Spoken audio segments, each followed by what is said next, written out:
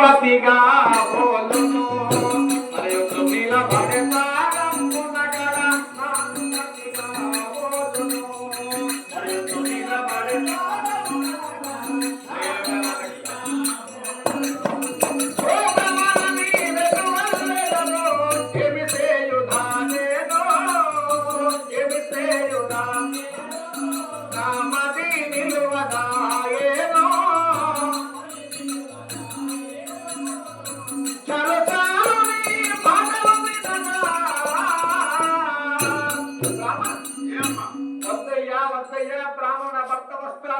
ప్రాణము తీస్తారంటే నా మాట వినకుండా వచ్చి నా ఇంట్లో ఉన్నావు. రానే వచ్చా ఇంటి ముందుకు వెళ్తున్నావు. మా ఆయన వచ్చాడండి. నా పక్క గంటమని వచ్చాడు.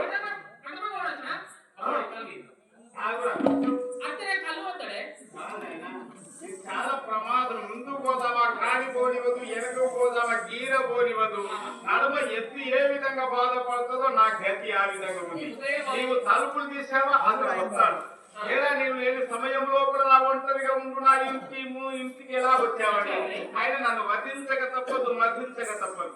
కానీ నన్ను ఇప్పుడు దాయాలంటే ఆ తల్లినే నీ భర్త వచ్చాడు.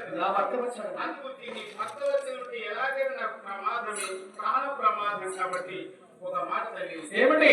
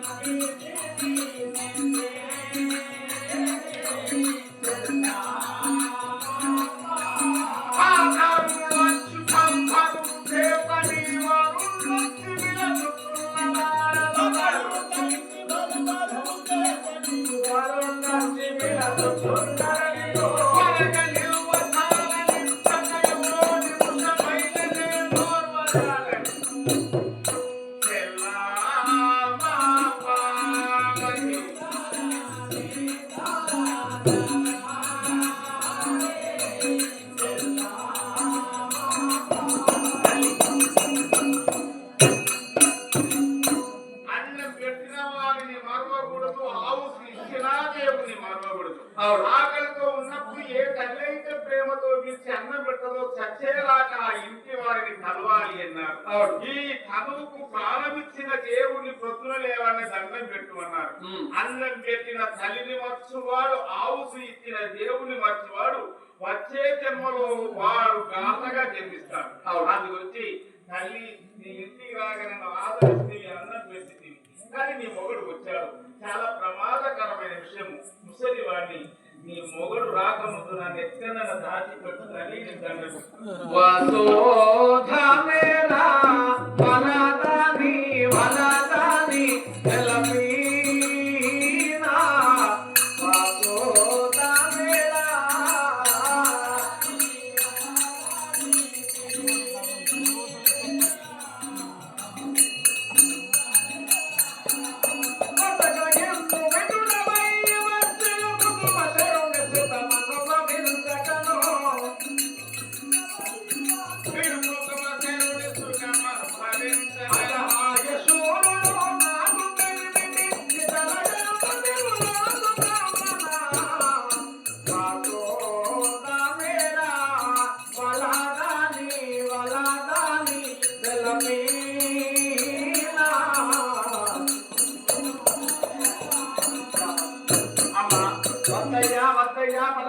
ప్రతిమాలు చెప్పారు.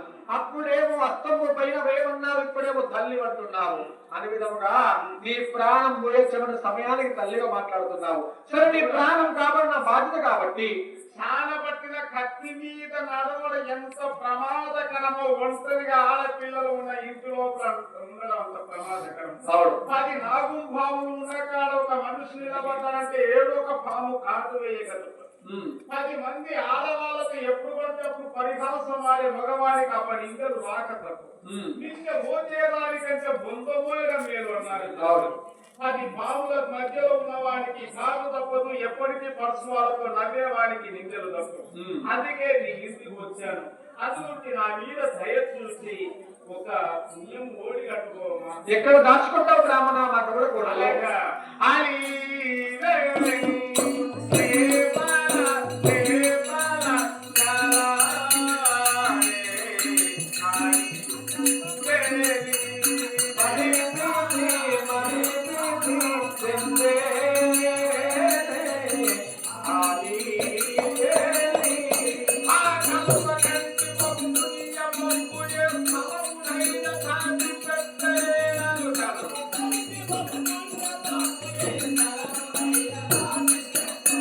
ఆ కలువ కంటి బాబులు చెమక్కులు తనములైన నాటి పెద్దలేరన్నా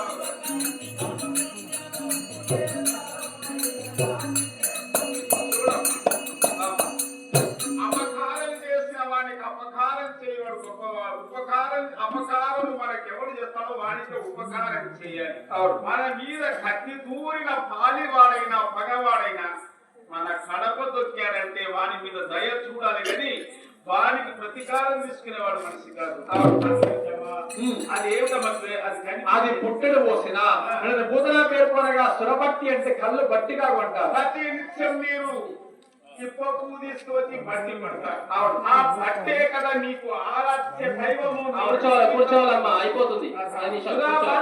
దాన్ని అంటారు. అందుగురించి నన్ను నీ ప్రత్యక్ష భక్తిలో ముంచావంటే నీకు చాలా పుణ్యం ఉంటుందమ్మా. భక్తి కంపుగా ఉంటాది. ప్రదక్షిణం అంతా పంచామతం సురపోసి బట్టి పెడుతుంటాను. దుర్వాసులు కంపు వస్తాయి. బ్రాహ్మణులు కంపు ఎలా తగ్గిస్తారయ్యా? కంపో ఇంపో గడియస ఇంపో ప్రాణం పోక చెవుల పోగులకు ఏసేవాడి ప్రపంచంలో ఎవరు? ప్రాణం రక్షణ పరమేశ్వరుడు. ప్రాణాన్ని రక్షించుకోవడమే ప్రధానం కదా. అందుగురించి నేను కోరుకునేది ఒకటి మాత్రమా. ఏమిటి? వచ్చే జన్మలో నీకు కొడుకునై పుడతాను. నీ సృష్టి చేసి నా రుణం తీర్చుకుంటాను. పరోపకారం నిజం శరీరం. భగవంతుడు ఈ శరీరాన్ని మనకి ఎందుకు ఇచ్చారంటే ఒకరికి మేలు చేయడానికే ఇచ్చాడు కానీ కీడు చేయడానికి కాదు. ఆవిడ వయస్సులో పెద్దవాడిని గడగడ వంపుతున్నాను. అమ్మా నీ రెండు చేతుల చేత నన్ను అనుభవించమ్మా నీ పుణ్యం దించుదామంటే నువ్వు మగవాడిని నేను ఆడుదానని అంత లాగుగా ఉంటావు. నా చేతిలో లేస్తావా? ఎలా లేవట్టమంటావు? ఎలా దించమంటావు? కూర్చుంటావా? నీ అస్తములకు 5 మల్లె పుష్పముల యొక్క వేస్తేనే నన్ను అందులో దించు. 6వ పుష్పం అంతా బతి వస్తే అక్కడనే నన్ను ఎత్తే. నేను చేతిలో చచ్చిన పుణ్యమే, నీ చేతిలో వచ్చిన పుణ్యమే కదమ్మా. నేను పత్తి ఎదురైతే నా చేతులకు 5 మల్లె పూల బరువే ఉంటావు. నేను పత్తి ఎదురు కాని ఎదురు నా చేతులకు చింతాకు మనం లేవలేవు కదలలేవు. ఈ పత్తి పరీక్ష అంటున్నావా? అదే రాళ్ళవి వేస్తే మునుగుతాయి. అందుకు సత్యం ధర్మం నీతి అనేది సొప్ప బెల్ల లాంటిది. అన్యాయం అక్రమం అనేది రాళ్ళ లాంటిది. ఎవరైతే దుర్మార్గుడు అన్యాయం చేస్తారో ఈనాడు కాకపోయినా ఏ నాడైనా వాడు సర్వనాశనం కాక తప్పదు. పుణ్యాత్ముడు ఎవరైనా పైకి రాక తప్పదు కదమ్మా. తన పాపమే తనకు శిక్ష, తన పుణ్యమే తనకు రక్ష. అది గురించి బస్సు పోతుంటే బస్సు ఎప్పటి దుమ్మెట్టు పోతాడు. మనం చచ్చినాడు మన ఎప్పటి వచ్చేది తాను చేసిన పాప పుణ్యములే కాబట్టి తల్లి నా భక్తులు తీసుకుంటాను.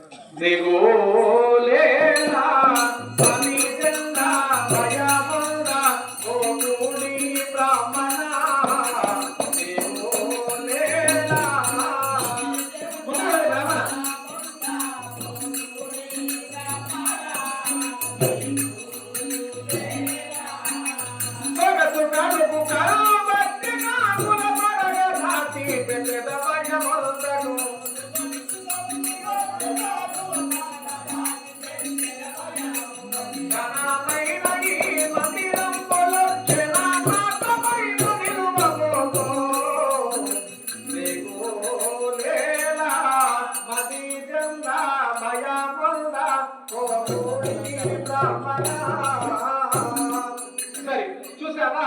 ముసలివాడు నా చేతకు 5 మల్లె పూల బరువే ఉన్నాడు. ఇచ్చారు. తలుపులు ఇస్తాను నా భర్త చేసినవుతున్నారు. ఈ ముసలివాణ్ణి కాపాడవయ్య పరమేశ్వర శంకర మహేశ్వర.